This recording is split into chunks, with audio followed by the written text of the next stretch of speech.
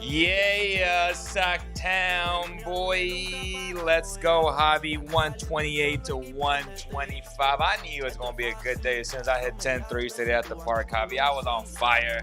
I was at least 50% today, and I was like, you know what? I got the same type of confidence that Buddy Hield got. I'm unconscious. I'm going to either win you a game or I'm going to lose you a game. And that's typically what Buddy Hield does as well tonight. 29 points, 7 of 11 from beyond the arc. My goodness, was it refreshing to watch him shoot the lights out. How you doing, brother?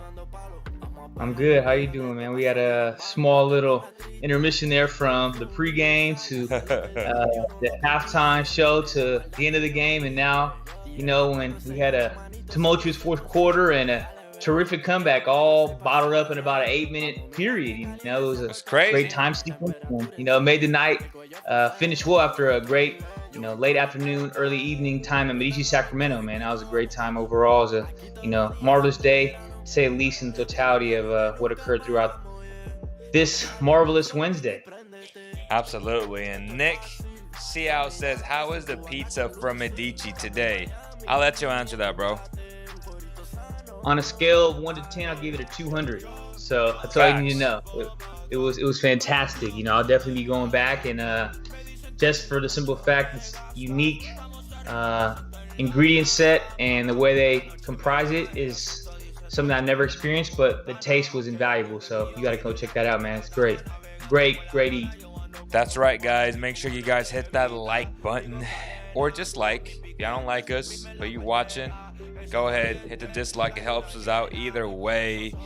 Make sure you share this with all of Kings fans, all of the Timberwolves fans. We were very Timberwolves-centric last night.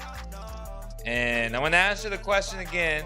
I'm going to ask the question again. Both questions, right? With Tyrese with Tyrese versus Ant.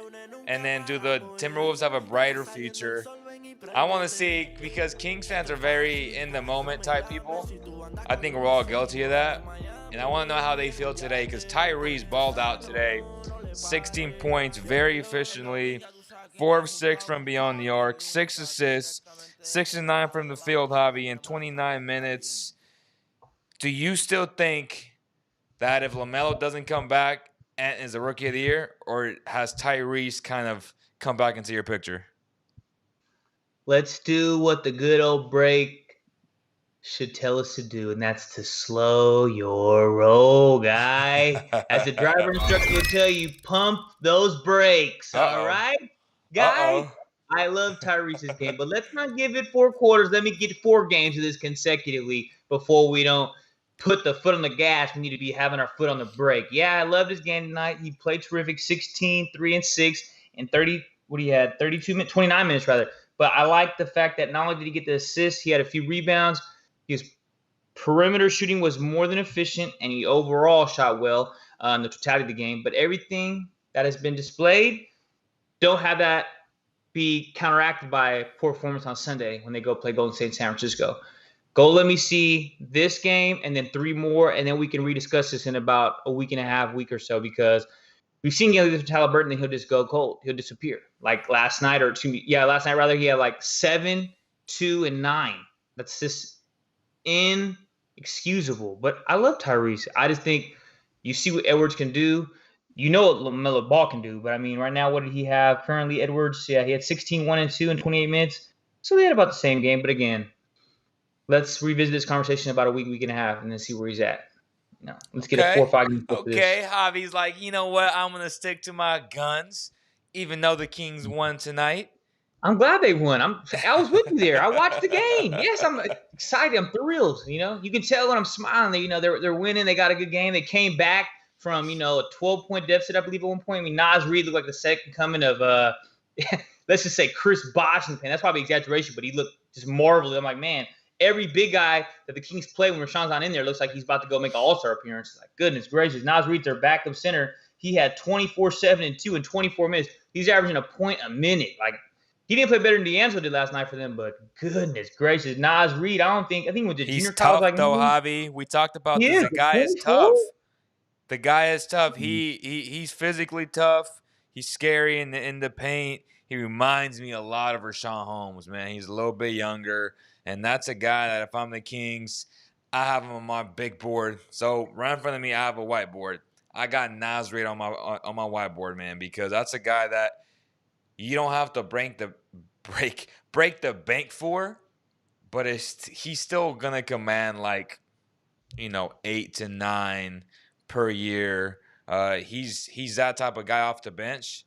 I thought Wancho was really good for them again. Wancho and Nasri were really good for them in the first half, but Buddy Hield, man, that dude kept them early. We were like, oh, damn, like this game is going to be a blowout right from the get-go. And he said, nah, let me put this team on my shoulders. And he just shot lights out, man. Talk about Buddy's performance tonight. Buddy overall really made up for his lackluster performance last night. Like I said, I mean, 3 that clinched it more or less for us at the end. 29 points, 6 rebounds, 5 assists, and he didn't play 40 minutes. He got 38, so he definitely got the totality of the max minutes he can get. But overall, like I said, he shot well from the perimeter. Buddy Hield's a guy he's just a streaky player. Like I'm just gonna throw it out there. Like we know, but I'm just gonna sit there and say he is a streaky player. And that's just something that we're going to live with until he's obviously, dealt. But again, he was 11 for 16 tonight compared to 3 of 11 yesterday. I mean, he missed 5 shots, but again, that's more than 50%, obviously. I just feel like he was a lot more consistent with Jaeger in 2018, 2019. But again, when you need him to come in the clutch, especially I won't say a must-win game because I don't think we have any more of those, but just a game, just feel like, okay, we got to get one of the two against Minnesota at home because we're at the Golden One Center. Definitely came in the clutch and found a way to come away with that big-time 3 at the end of the day. And we're going home with a win against a team that really shouldn't have competed with us at all in either of the 2 games compared to where we're at. But, hey, they look good. They look young. They look athletic. But we still found a way to get a win. So I'm not mad at all. De'Aaron and Buddy definitely put the Kings on their back. Between the 2, they had 59 points combined. I mean, that's something that you can't, say that they left anything on the court that they didn't try to accomplish offensively. And yeah, their defensive lapses were noticed, but again, 59 combined between your backcourt mates, I'll take it any day of the week. Big facts. As I like to say, big facts, Javi.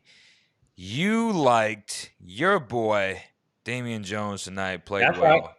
He played well. So I'm assuming, as a matter of fact, let's transition into the Medici MVP player of the game tonight. Who's out for you, bro?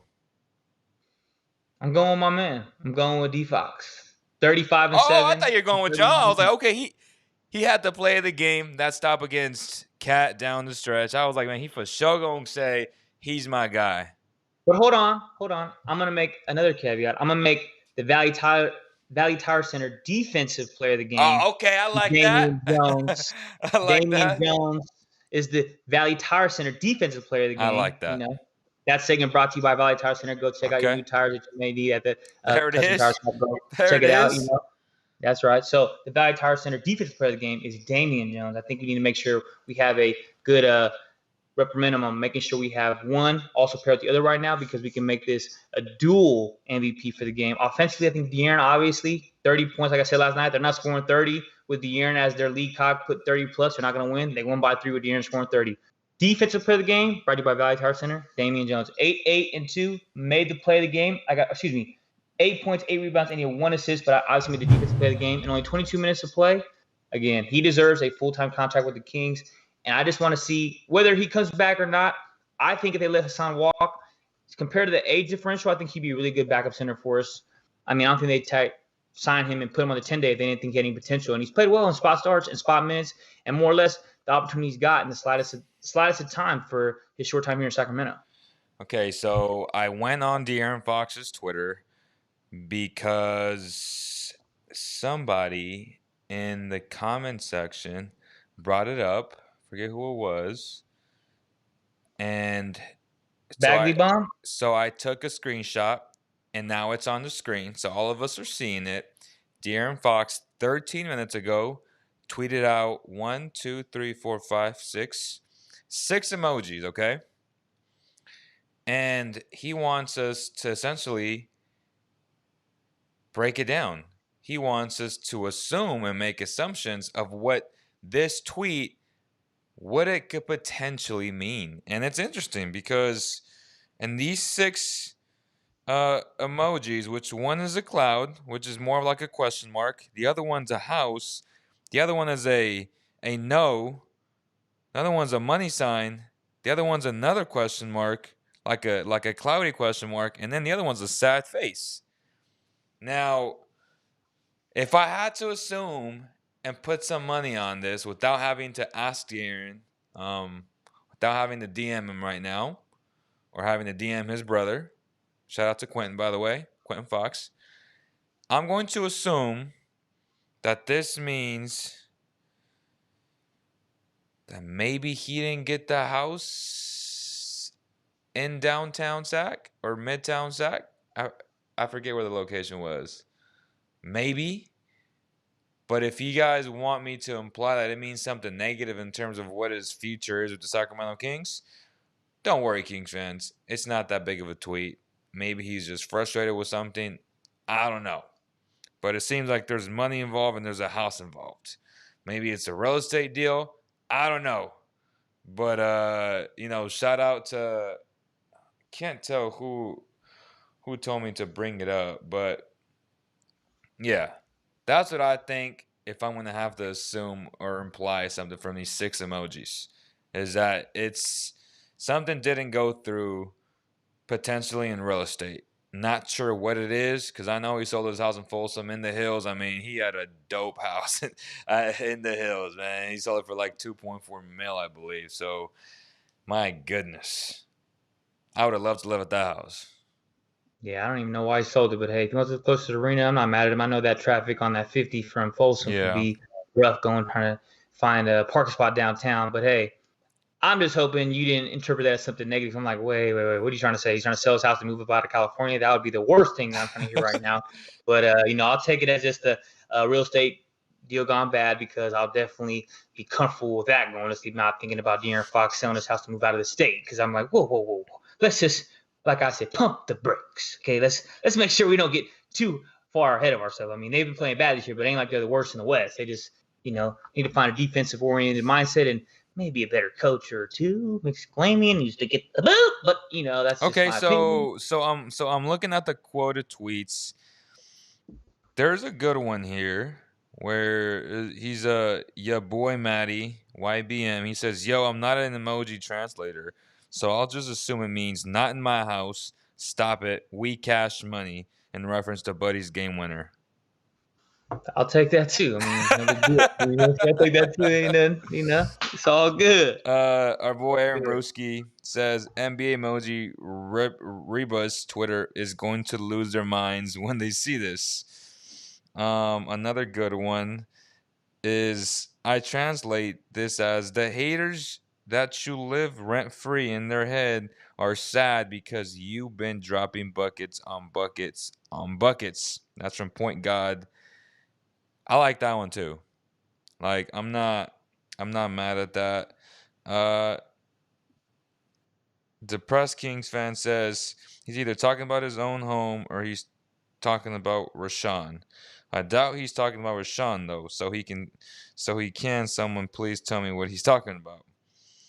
Translation: thinking about moving teams, but I can't because I signed an extension and now I'm sad. So that's the one that we didn't want. Uh, Someone says, "Not me panicking." That's from Magdalena Maldonado. Cryptic tweet for Knicks fans. I love it, Swipa. Obviously, that's not accurate. I don't see no Knicks reference there. Yeah. So that's what that means, man. So appreciate the person who said, "Hey, let's put this tweet on the screen." Somebody said, "Okay, so as of right now, we're gonna open it up. So if you guys want to join the conversation, I know Seabass has some questions for Javi. He messaged me. He was like, I got some questions for him because I want to know if he did his homework.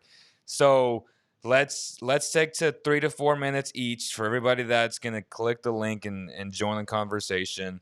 Y'all can go ahead and click it. I'm gonna cue you guys in and we'll have a nice conversation. I'm trying to get at least 3 people today. So make sure you click that link. It's in the description. Appreciate all the support, y'all. Make sure you guys hit the like and share or dislike. Either way, it helps us out a lot. So if we have whatever the amount of people that we have watching, we would really appreciate if you guys hit that like button, man. It helps us out a lot. The people are having their own conversation. So Rigo isn't that about the guy who bet his house on the Blazers? Oh wow. So potentially there could be a guy that bet on the Blazers. Don't know what that means. I have no context to that. What's worth more? What's your play or big contract? Tweets. All right, here we go. Seabass. Seabass is in the building. Seabass. Seabass is in the building. Let me see. Guest one. Okay. Here we go. Seabass. All right. Am I coming in pretty good? You're in, brother. How you doing? Okay. Well, super nervous.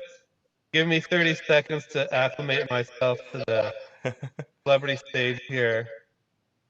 I wanted to call in. I thought of you immediately. Okay. When I was listening to the. Hold on one second. By the way, I don't know if you're noticing this. There's a lot of audio kickback. How about now? Okay. Wait. I think. Yeah. It's just there's a little bit of an echo when I talk on my end. But anyways, but if I think it's still coming in okay on your end. But anyways, I'll continue. If there's any major audio problems, let me know. Go ahead. But anyhow, when I thought of you, Leo, immediately when I was listening to the post-game interview of Darren Fox by the G-Man, Fox was basically Hill did have a big three at the end of the game. But aside from that, Fox was giving major credit to Damian Jones. And he was saying he helped contain Karl Anthony Towns, and he was a good defensive presence, and he was aggressive and moving well and all that stuff. And I was thinking to myself, Leo, I told you so, I told you so, I told you so. This team needs a center. This team needs a center. But he's not 7 feet tall, so he doesn't meet like your prerequisites. 6'11" prerequisite isn't met. But without trying to making myself sound like I'm repeating myself, let me describe this. When we have a legit 7-foot-ish center, and we're able to put Rashawn Holmes to the power forward, and I can't even think right now. Oh my God, our small. Do you see how nervous I am? This is ridiculous. Harrison Barnes back to the small forward spot. Everything is a better match. This has been ridiculous and unfortunate to have to see Harrison Barnes, like you were discussing what was happening yesterday, having to guard centers and power forward. He's not supposed to do that. He's not designed to do that. His specialty is wing defense. That's why we got him. And we should leave him doing his job. We need to have a center and power forward. So you see, when we go small and we're a position down, everybody's having to guard somebody who's either bigger, stronger, faster, whatever. But when you put that center back in, and now Damian Jones is guarding their big, whether it be Karl Anthony Towns or whoever, then everybody gets shifted down, and they could guard somebody that they're handling. Do you see what I'm saying there? If I had my preference, I would have Damian Jones or with Whiteside, or hopefully the Kings acquire another starting center, and just play those 7-foot centers in the center position and rotate them in and out. I would have Rashawn Holmes in the power forward and have Bagley and or Metu back them up. And then I would play Harrison Barnes and Harkless the small forward. That would be my front line. I very rarely would have Holmes or Bagley in the center spot. Do you agree or disagree, Javi? Defensive player. Yeah, I 200% agree because You get what you want, Mr. Leo Bias, and Sebastian gets what he wants because you look at the totality. This essentially wipes away Marvin Bagley returning, finding a way to dump his salary. You plug and play a player like Damian Jones or somebody of his ilk just to play that 5 spot. You can move Rashawn to the 4, Harrison to the 3, Hield or Haliburton, and then obviously De'Aaron leading the way at point guard. Your bench would be DeLon, Terrence Davis, Mo Harkless, Silva, and Whiteside. Whoever else you may have play the backup center position if Whiteside walks in free agency because they're not going to offer him an extension or another deal in the offseason. I'm not mad at it. I'm not. Like, I think they need another piece to compete, but hey, you want to be able to keep Rashawn, pay him. He'll be your starting 4. There's more size in the front court and the interior. Damian Jones is somebody that can solidify the paint and just do what he's supposed to do. Rashawn's not beat up as bad. He don't got to go against big 5s. He can play against 4s that are more or less his size. He's athletic. He can rim run. He's fast. He's mobile. He's versatile, but he can play defense all in one.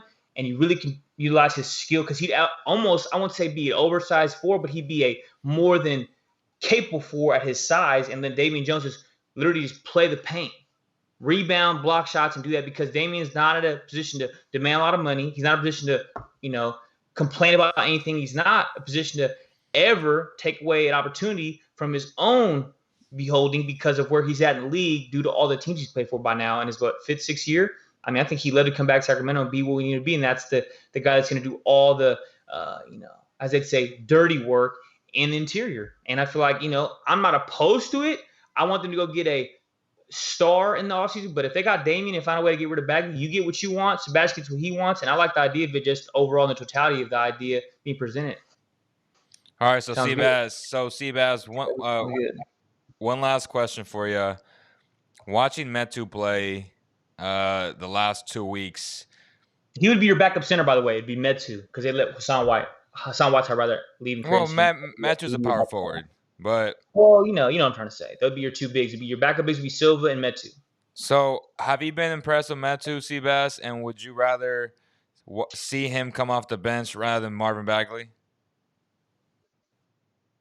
Well, my focus is I still think this team needs a starting center and leaning towards as much of a star player as possible.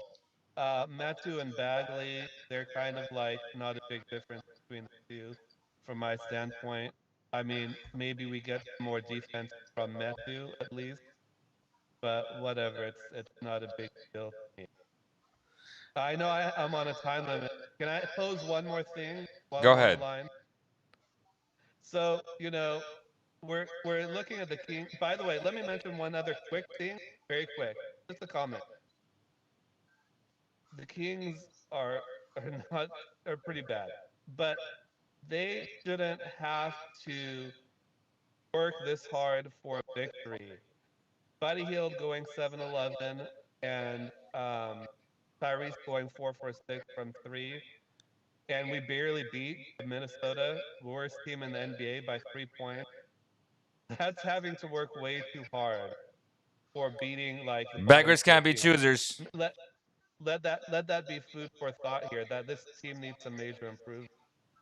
But looking at the players and our star players, I have to think to myself, who's good? Who do we want to build around, and who are we willing to let go? To me, you guys think Fox person start to build around. That's fine. I want to keep Holmes and I want to keep Harrison Barnes. So let's say and Tyrese. So let's say we have those 3 or 4 as our core: Holmes, Harrison Barnes, Fox, and Tyrese. Okay. If you were to add one player to that's to make it a starting 5, would that player be a center, a power forward, a small forward, or a guard? See, I want to add a center. But what this team has been doing is been playing with another guard, or now with Harkless, another small forward. So I want to leave that as some food for thought, as your guys' pose. What do you think that's a good solid 4 or 3 or 4? The Holmes, Harrison Barnes, Fox, and possibly Tyrese. Okay. And if that is solid, who do we add? I want to add a starting center.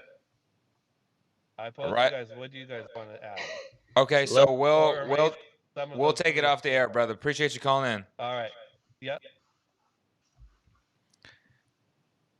So if y'all know anything about me, I ain't adding no center, man. I'm straight gonna I think add Sebastian another. played center. I'm straight gonna add another wing or guard. That's just what I would do. I think Sebastian played center. I think Sebastian played center. Oh my gosh. So I would add definitely would add a guy like the guy from the Pistons that was with the Nuggets. What's his name? The guy that's with not McGee, right? Talking about JaVale? No, I'm talking about the kid he averages like 25 points a game. I'm slipping on his name. That went from the Nuggets to the Pistons or the other way around? No. Went from Nuggets to the Pistons. God, I can't think of his name right now. Nuggets to the Pistons. He's averaging like 25. Talking about Jeremy Grant? Jeremy Grant. So that's the type He's of a wing, player. though. That's the type of player that I would add instead. That's a hybrid 3-4 type guy. So He's what under would contract, though. He's under fat contract. No, I They mean paid him he that asked money. me what would I rather add, a center, a guard, or a wing. That's what I would. That's what I would add. Yeah, that makes sense. That makes sense. What about you? Would you rather add a center? No. No. I need a shooting guard. I need a shooting guard. That's what I want. That's what I need. I mean, big men in this league are valued, but I mean, I'm not gonna pay. I mean, if we're gonna sign Damian Jones, we're gonna get him for like almost league minimum. Like, it's not like a pertinent move to put us in a position to, make the top 8 or top 10 rather. I think if we're gonna get anything that's gonna change the team, it's gonna be within the first 3 positions from 1 to 3, whether point guard, shooting guard, small forward. I mean, maybe a power forward, but again, that's all subjective and a long way away, depending on what they do with Bagley, what they do with Holmes. But they need another guard, shooting guard, I think, and they could even use a different back with small forward. But I don't see big man as a priority, not in the sense of not resigning Sean Holmes, but to sign somebody, that's coming from a different ball club or just free agent all the way altogether. Because at this time, then you worry about resigning Rashawn by all costs, by any means, and all means they have, and trying to find a way to supplement that with their salary and find a smaller contract to play the power forward position. I mean, unless they can find a way to make it work to keep Rashawn and keep Marvin, that's going to be something that McNair has at his disposal to figure out sooner rather than later. But at this time, that's what I feel like they should do and worry about in the offseason. So they're asking me if I would add Bobby Portis. Hell yeah, that guy is tough. He gets you buckets. I would love that guy. So I think he's right there with a guy like Nasr. Maybe a little bit better right now. He's a little bit older. He's been in the league a lot longer. So definitely give him his props. He's a veteran. So he's a guy that would make this team a lot tougher for sure. Like for sure. And then the guy can hit a corner 3-point shot. He has a nice mid-range shot. He reminds me of I don't know if you remember Taj Gibson. Yeah, play for the Bulls, play for the Knicks. Yeah, he's tough, man. So that's the type of player that he reminds me of, and I wouldn't mind having him and Rashawn Holmes having like a dual power forward center. Not really. I don't know who would technically be the center. It'd be more of like everything's interchangeable in today's NBA. Like to me, I don't sit there. This guy is definitely a point guard. He's a shooting guard. I'm like, no, he's a guard. He's a wing. He's a wing or he's a guard. You know what I'm saying? It's like in today's NBA, it's positionless. So that's how I view the league, and I don't want to box a certain player into a position and say, well, he's this or he's that. My thing is he a good basketball player? Can he play basketball? And Bobby Portis is a dude who can play basketball, and he's instantly making that Bucks team a team to be reckoned with. And I believe they really have the only chance to beat the Nets. And I don't think anybody gonna beat the Nets. If there's a team out there that can beat them, it's the Bucks, bro. I beg to differ, but I respect your opinion. I feel like if they're gonna so worry who about can beat the player, Nets? Nobody. Nobody can beat the Nets. No one's beating the Nets. I'm just no one. I don't care. Nobody. Not even not Miami, not the Bucks, not the Sixers. Nobody. They're just those. As they'd say, superstars are way too few and far between, and they have like 3 of them on their team. Like I don't know how else to say it. And Blake Griffin used to be a superstar, and he come off their bench. Like, Hey, that's just ridiculous to me to think about. so Rigo Prado, your boy, says Barnes, Buddy, Bagley, Kyle Guy, 2021 first, future first, and the second exchange for Zach LaVine and Thaddeus Young. He's on that hobby mindset. What? Hobby, man. You out here converting people, bro. I mean, I like the idea. I would try to find a way to get marketing, and then, I mean, did he say Heald and not Halliburton, or he said Barnes and Halliburton? Barnes, I'm assuming it's like Barnes or Buddy with Bagley, Kyle Guy, 2021 first, future I'll give first. him. I'll give him Barnes. Excuse me. I'll give him Heald, Halliburton, Bagley, 2 first round picks, 2 second round picks if needed. The second round picks for marketing and Levine. But marketing's a restricted free agent, so I'm not sure how that really works. Sign and trade. Sign and trade. I have to double check on that though. You might be right, but When they signed the deal with a pending transaction of how when D'Angelo got traded essentially for Kevin Durant, they had signed him to the deal that he wanted, but they agreed in principle for him to be sent to Golden State for them to pay for the contract. And in essence, Golden State sent Kevin Durant for D'Angelo Russell. It was like a 1-for-1. This would be marketing signs for the needed salary to go back to Sacramento to match the deal and the salary of Haliburton, Hield, and Marvin Bagley. They get 2 first-round picks. We get Levine and marketing. We throw 2 seconds they need it. I'm not saying Chicago would do that. I'd even throw in 3 first-round picks possibly if we can get that haul back. But again, it's all, a lot of subjectivity. I'm just in it to win it, man. And, that's where you can really play like, Fox, Levine, Barnes, marketing, Holmes. You have the money for your guy. Leo, and you got DeLon Wright, Terrence Davis, Harkless, Silva, and Metu off your bench. That's a good team right there to me. Just imagine that starting 5 with that bench, though, Leo. Real quick, though. De'Aaron, Levine, Barnes, marketing, Holmes, and you got DeLon, Terrence Davis, Harkless, Silva, and Metu off your bench.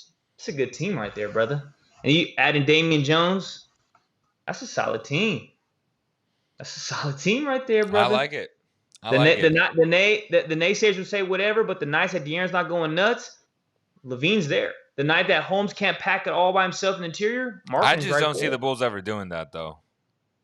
I mean, I feel you, but at the time, what if him and Vucevic are not clicking right now? It's very apparent they're not playing well early. I know Levine and have played very well, but in the day, sometimes the messages don't work. I mean, it ain't like they're not getting any talent back. They're getting Heald and they're getting Haliburton and then a promising Bagley and 2 firsts. Bagley has no promise, bro. I mean, that's all subjective. It's not. He has no promise right now. You need one GM to think he does. One. Only one. Uno. Just one. That's it. All right. So Kevin DeLoso has a good one. He says Bagley and a second-round pick for Cam Reddish. I mean, I'm sure you probably take it. You probably take it for half of Cam Reddish. Just one of Cam's arms, man. No, yeah. That makes sense. To me, that's a fair trade. I mean, can Cam play the 3 and the 4? Or he's just play 3. 2 and 3. Yeah, I don't know. I mean, unless you're gonna pay Harrison at the 4 full time, and then you're gonna start Reddish at the 3. I mean, whatever. I mean, I guess you guys win. I don't like it, but I'm not gonna say no. I'm not the GM, But I am only packaging Bagley with Hield to make a splash move, I wouldn't say lateral move, but I'm trying to make something really big happen. Something that's going to be noticeable, substantial, more or less. Give us some solid. But you can't do that because he has no worth. Well, I'm trying to get some solid depth, a solid foundation up front. But I hear what you're saying. They're saying there's no value, quote unquote, for Marvin Bagley at this time. So we'll see. But again, June's going to be telling. June through August will be very telling in free agency as well as through any trade acquisitions for the Kings and for the Leaf for that matter. Yeah, and then Rigo says Keon Johnson is a nice possibility if the Kings draft him. So there you get your wing, per se, and I wouldn't be mad at that. Seabass says if the Kings got Christian Wood, the Rockets would be gold. So right, Yeah, well, so they're not getting Christian Wood. Not yeah, getting, like not trading Christian Wood right now. yeah, Come on. yeah, and on top of that, he's not 7 foot Seabass, so I don't know why you like him. He's a guy that honestly struggles defensively. Rockets are one of the worst defensive teams in the NBA, and he's a huge reason why. But he's very skilled offensively, so skilled offensively. He has literally went from being Damian Jones, literally, to now being Christian Wood, the stud. Like before he got injured, and he missed about 15 straight games for the Rockets. He had a say in being an all-star because he was averaging Mm-hmm. like 23 points a game, like 8 9 boards a game. He is just so gifted offensively, and that's a guy again under the radar. Went to UNLV, who I hate. Those are my rivals, so F UNLV. But that's neither here nor there. He's still a stud. He put in the work. He was on the Pelicans, I think, G League team. He played under Anthony Davis, and he got moved around certain places, and then he ended up with the Pistons. He had a chance. He had a bunch of injuries, and those are the type of guys that are just starving, man. They're hungry. They need a Snickers bar, man. The That's fact that why. That's yeah, why I'm high, Javi, on these types of guys like the Rashawn Holmes, the Nas Reeds, the Metus, who got pretty much nothing to lose and everything to gain. And a guy like Marvin Bagley, who's been catered to his whole life, who was a number 2 pick in the draft, who has a bunch of yes guys around him. I don't know, man. I'm just not sold on something like that. Everything's perception based, bro. sad to see Detroit let him go that way because they definitely could use him right now, especially on that roster. But Facts. I don't see Christian Wood being a player the Kings can acquire. Oh, never. Like Yeah, yeah, yeah. He's you staying there see, for a long you time. see Levine, you see Beal. Obviously, those two guys are trying to acquire by any means, but within reason, obviously. But again, we got to see what McGarren wants to do, what he's built to, more or less what he's going to become, because he made some good moves at the deadline. They haven't panned out, but it isn't his fault. He tried. He obviously tried, and he honestly tried, and he put all his chips in to make a move at the playoffs without giving up his future assets. I'm not mad at him. He didn't give up any of the core, more or less the quote unquote core. He didn't give any solid stars up. He got rid of bench pieces that were going to walk in free agency anyways. Or Corey Dawson's contract. Even though Facts. killed the Kings. I mean, he got bundled that deal rather. Like, yeah, they're gonna pay DeLon $8 million, but it's way better than the 13 they had to pay Corey Facts. Dawson right now So when they we come to want the 17 Rigo. and the We 13s want rather. Rigo. We want Ryan Big Daddy Kane to click that link and call in ASAP, man, before we end the show because we tired, bro. We did a pregame earlier. We're at We 37 did. minutes. The Kings We won. did. So, would like for you guys to call in. Kevin DeLoso, call in, click that link, bro, and we'll have you guys in the waiting room for sure. There's a nice little interview waiting room here. Just click that link though. And Isaac Perez, hit that link, brother. Mohamed Javier, hit that link. Nick Xiao, hit that link.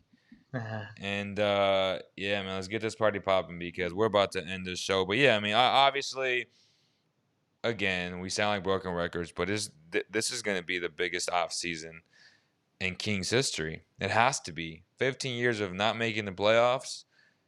Changes have to happen. So the first move I would make is you gotta let go of Luke Walton on the next day, the following day after the season ends.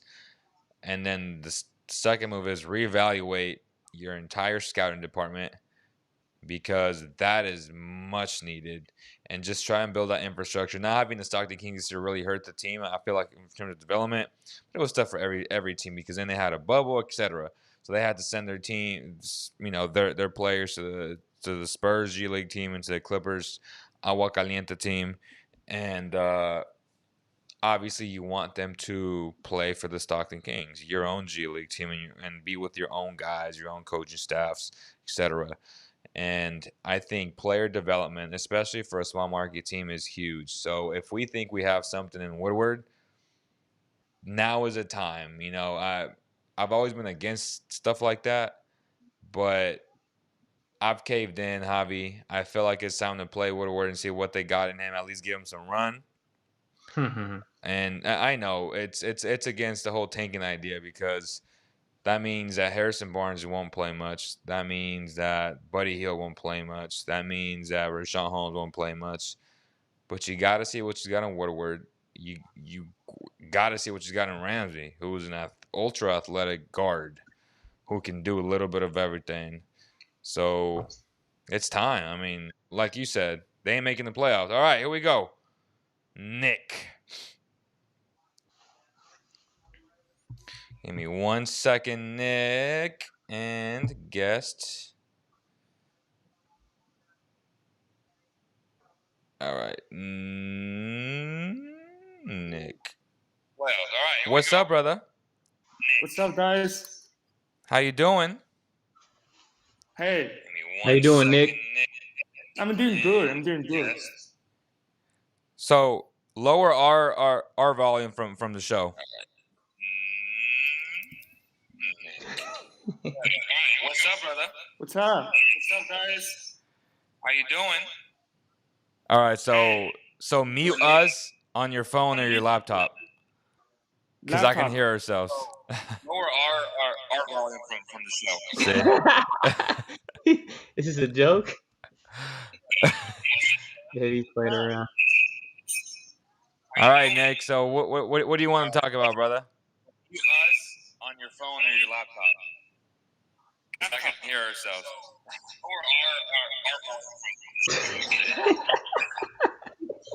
Can you hear us? I can hear you.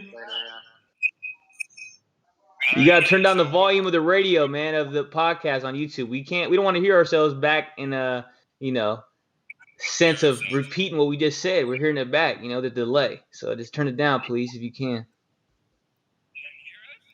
Yeah. All right, brother. So what do you want to talk about? Podcast on YouTube.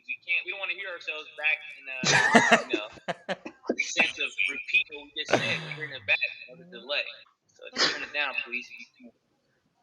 All right. It's gotta be one of them. It's gotta be one of them. So what do you want to talk about? Anything. Curtains. All right, brother. I'm gonna have to let you go. All right. Appreciate you calling in, though, Nick. All right, so let's let's get someone else on, man. Appreciate Nick calling in, though. I think he had some technical difficulties. Ryan, we need to trade for some sound tech. Hey, bro, that's not me, dog. Ryan Collin, Bobby Hill, Twilight Zone, he said. Bro talking through a potato. Yes,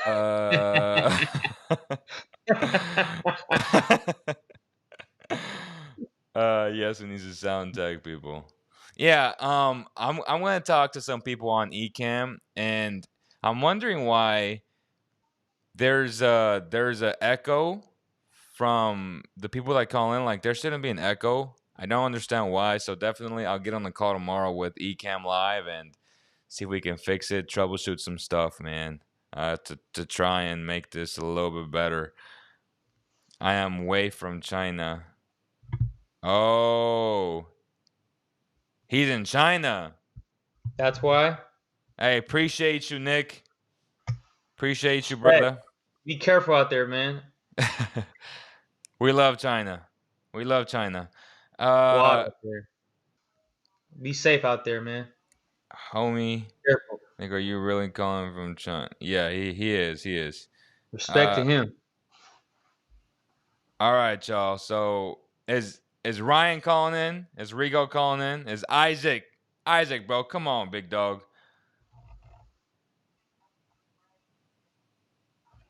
Yeah, there is an echo. Like, we don't hear the echo from Seabass, but when on the playback, so on your end of the pod, you do sound you do hear an echo from the caller for sure. All right, so Bobby Hill says, props, dude. You're a real fan, Nick. Big facts. So it's 11:20 here. I don't know what time it's in China. Yeah, I don't know either. Maybe it's the next day. Maybe it has to be the next day if you watch the game. Or maybe it's like, just the end of the game. I don't know. I don't know where they're at with their clock and, how their time works on that coast. I don't even know if it's on a coast. I don't even know. It's in Southeast Asia, I'm guessing, I right? have no idea, man. But I hey, don't know in geography, man. any final thoughts, Javi, so we can end the show, man? It don't seem like nobody else wants to talk. That's fine. We had a pregame show. We're 45 minutes in. Great win against the Minnesota Timberwolves. Good job, Kings. Got 1 or 2 at home. Got a good matchup Sunday going against Golden State Warriors in San Francisco. Other than that, I just want to let you guys know my player who tragically passed away, he got an All-Male Player of the Year in the conference that he plays in the North Bay, Solano County. Long live Daniel Hughes, and appreciate everybody that had a prayer sent out, thoughts that were obviously coming about from anybody watching. I appreciate you guys, and I just wanted to let everybody know he was the player of the year in the conference he plays in. That tragically passed away that I coached, and he had passed on Monday. And I just want everybody to know I love him. We all love him, and I will miss him, and the rest of the coach will miss him. And long live Daniel Hughes. May you rest in power. All right, so we got Ryan on. Ryan said, "Nah, I ain't gonna let y'all go yet." All right, let's go. So Ryan, what's up, Ryan? Can you hear us?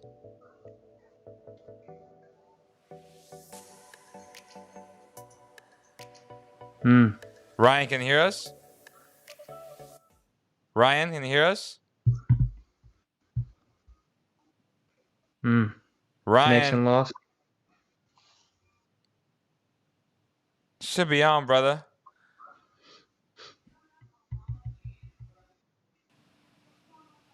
No.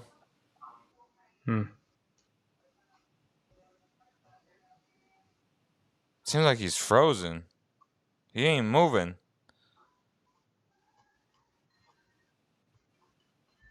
Next time, Ryan. Appreciate you, brother. Appreciate you, big dog. All right. Again, appreciate everybody who joined the pregame show live from Medici, Sacramento, man. Shout out to Danny for feeding us as well. Comping us the beer. It was a hell of a time, man. We got to watch some Kings basketball, spend some quality time. And we're looking forward to having you guys and joining us. So next time, say this now, we'll have the pizzas out, eating and talking. So if y'all come, we'll give you guys some free pizza, a slice at least, and y'all get to join the show and be on the screen with us, man. So we're incentivizing you guys to come out, support your local businesses, and just enjoy Sacramento. So on behalf of the entire CK family, we thank you guys, and we'll see you guys on the next one. Peace. Love you, Daniel Hughes. Long live Daniel Hughes. Yes, sir. See you guys.